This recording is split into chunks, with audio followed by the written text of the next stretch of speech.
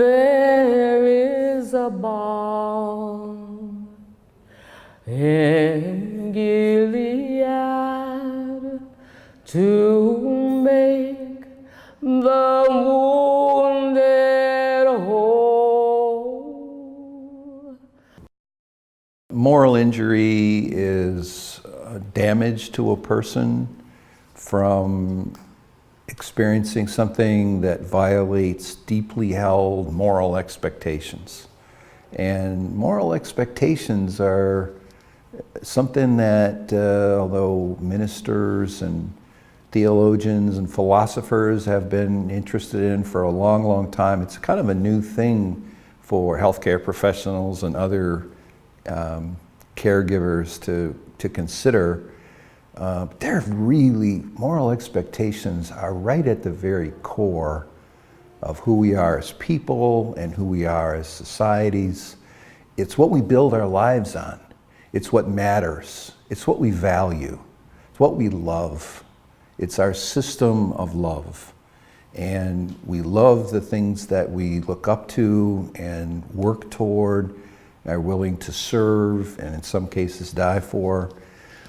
And I think there's good evidence that we are all hardwired from before birth to try to embody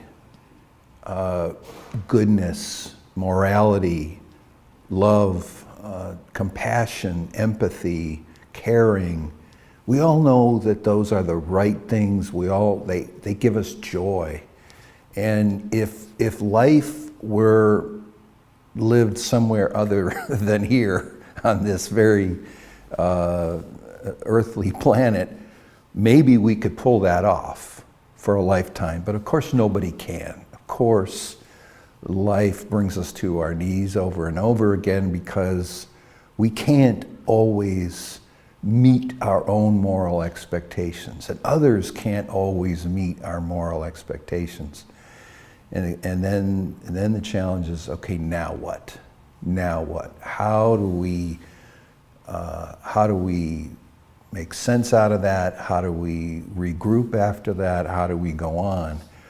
And you know, a lot of moral injuries are just kind of little bruises, kind of twinges, you know, I did something or somebody did something to me, and you get angry about it for a while, and then you kind of shrug it off, and it's you know, it's just life.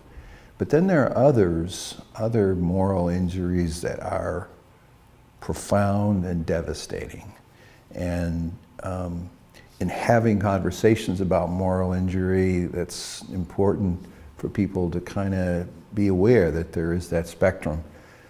As somebody who's served with the Marine Corps and in war zones and in the aftermath of that, you know, as others who've served in prisons or where, you know, there are significant numbers of people who've had these profound moral injuries, and that's a real challenge of how to rebuild. Rita Nakashima Brock, who is one of the leaders of this great training seminar, uses the term rebuilding the house as a metaphor for recovering, repairing after moral injury. I think it's a really good metaphor. And one of the things this training here, this seminar, was built on is the awareness that moral injury is part of the human condition. It's something all people experience. It is not a medical thing. It's not a healthcare thing. It's not a religious thing. It's not a spiritual thing. It's not a literary thing, an artistic thing, or a poetic thing, but it's all of those things. And that humanness is defined by all those different perspectives and through all those different lenses. And I will fight for the rest of my career to not let healthcare professionals, even though I am one, not let healthcare professionals try to co-opt this moral injury thing as a healthcare issue, because that will not do any of us any good. that the people who I have met and talked to over the years who had the best outcomes after a severe moral injury, who've come through that hero's journey, come out of the wilderness with this new wisdom that they bring to others, it's almost always because of relationships, because somebody listened to them, really listened, was able to hear sometimes some pretty horrible, horrific truths without becoming disgusted, without judging, without turning away, and then giving the person who spoke the greatest gift that we can offer, and that is to say, I hear you, I believe you, but I still love you. And for the person to believe that, it can't really be a helping professional like me who's paid to come in and, give you 50 minutes of an hour, next. Sometimes people can suspend disbelief about genuine love and caring, and I believe I genuinely do love and care for the people I serve. But how much easier when there's already a relationship and they already know that this person they're talking to really does care about them. You don't need to have any special skill to provide this service. And we've been doing it forever. We just haven't had the language. We just haven't had the words to communalize these experiences, and then to study, to research and find out really what works and what doesn't. And that's kind of where we're at now. Finally, this is exploding worldwide, and it's changing people's attitudes about so many things, because there's this realization, this acknowledgement, even among our senior military leaders, which I'm just so delighted about, that moral injury is real. It is one of the things that can happen to people in bad situations. And in the military, if we're going to create bad situations by prosecuting wars, by deploying into ugly situations, even if it's humanitarian missions, we have to do it with our eyes open, knowing that we're going to be putting people in positions where they're going to be vulnerable to and at risk for moral injury.